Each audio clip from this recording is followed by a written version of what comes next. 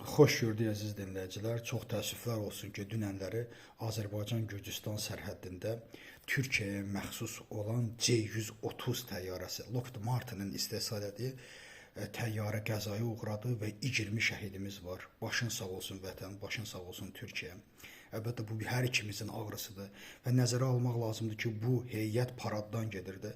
Bir mənada da, müəyyən mənada mən sevinirəm ona görə ki, çünki bu təyyarə, bu nakliyə uçağı 100-ə yaxın insan tuturdu. Orada paradda iştirak edən bütün bölük də bu təyyarənin içində ola bilərdi.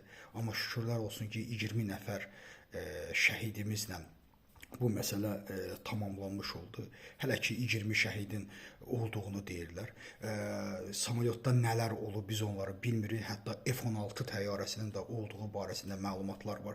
Bütün bunlar bir tərəfə əlbəttə ki bu bizim ürəyimizə ağrıdır, amma yenə də suallar var ortada. O suallardan biri ondan ibarətdir ki, məhz bir il bundan əvvəl Azərbaycan təyyarəsi vurulmuşdu, o da aşağıdan vurulmuşdu.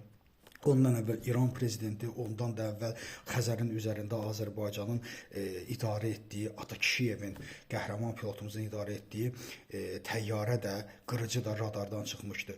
Bu bir ikinci ən təhlükələr yaradan məsələlərdən biri, insanın fikrini, insanda şübhələr yaradan məsələlərdən biri ondan ibarətdir ki, C-130 Lockheed Martin istehsal etdiyi bu nakliyə uçağı dünyada ən çox geniş sürətlə istifadə edilən və çox güclü təyyarələrdən biridir və şübhələri oyadan məsələ ondan ibarətdir ki, təyyarə göydə 3 yerə parçalanıb. Yenə də şübhələr oyanır, ya aşağıdan vurulub, ya da ki, əlbəttə ki, nakliyə uçağının içində partlayış baş verib.